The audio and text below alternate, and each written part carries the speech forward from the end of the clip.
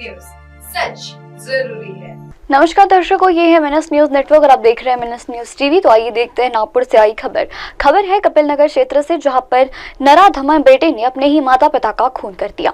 जी हाँ, बिल्कुल सही सुना आपने। नागपुर में नशे और आवारगर्दी से दूर रहकर नसीहत देने पर, पढ़ाई करने की नसीहत देने पर कुर्क हुए बेटे ने माता पिता को मौत के घाट उतार दिया। कपिल नगर थाने के तहत खामला में हुई इस वारदात का 6 दिन बाद बुधवार के दौरान खुलासा हुआ। साल के पहले ही दिन दिल दहला देने वाली इस वारदात से नागरिक सहम उठे। पुलिस ने आरोपी बेटे को गिरफ्तार कर लिया है। मृतक लीलाधर डखोले तथा उनकी पत्नी अरुणा डखोले है, जबकि आरोपी उत्कर्ष डखोले है। Leeladhar Koradi thermal power point के चलते टेक्नीशियन के काम करते हैं। उनकी पत्नी निजी स्कूल में शिक्षिका है। परिवार में बेटे उत्कर्ष के अलावा 17 साल की बेटी सेजल भी है। उत्कर्ष इंजीनियरिंग में दूसरे वर्ष का छात्र है। वह 6 साल से परीक्षा में पास नहीं हो रहा था। उसी के चलते MD तथा आवारागर्दी युवकों की संगत में आ गया। उसी की आदत से ढकोले दंपति त्रस्त हो गए थे। आरंभ में उसे पढ़ाई पर ध्यान देने के लिए बोलते थे। इसका कोई असर नहीं होने पर उसे कॉलेज से दाखिला रद्द करने की और खेती बाड़ी कामी में ग्रस्त करने की चेतावनी भी दे रखी थी।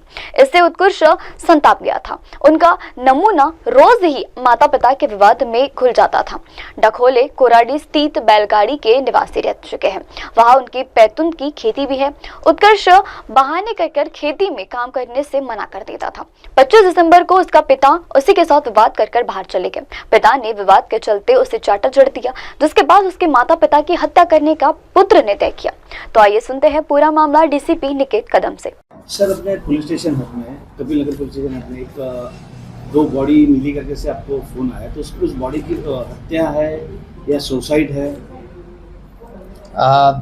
आज सुबह मतलब 1 जनवरी 2025 सुबह 9 बजे के करीब हमें 112 नंबर पे कॉल आया था कि एक घर में 2 डेड बॉडीज़ है।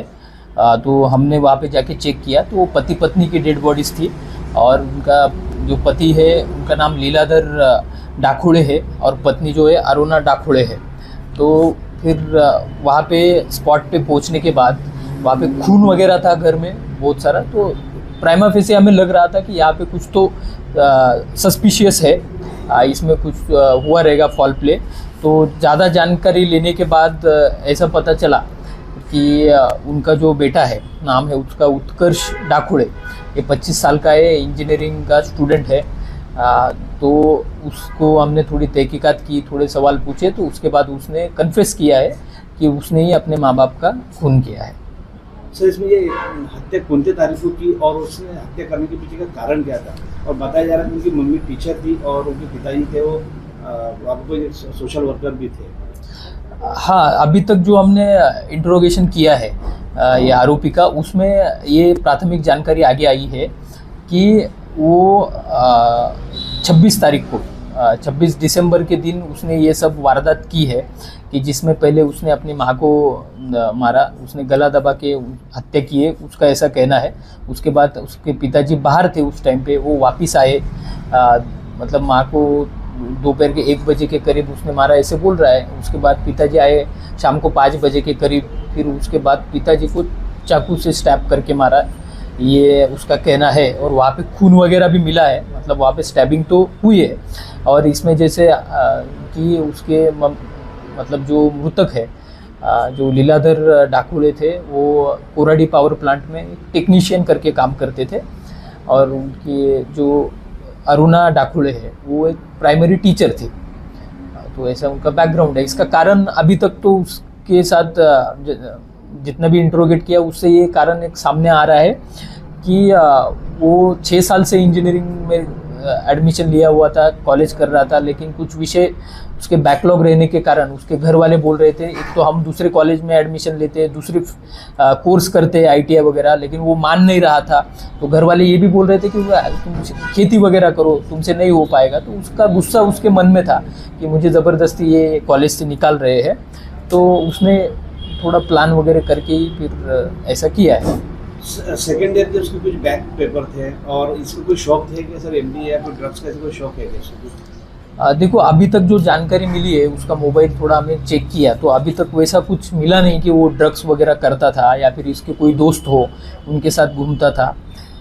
अभी तक उसके बारे में कुछ सब्सटेंशियल कह पाना थोड़ा मुश्किल है।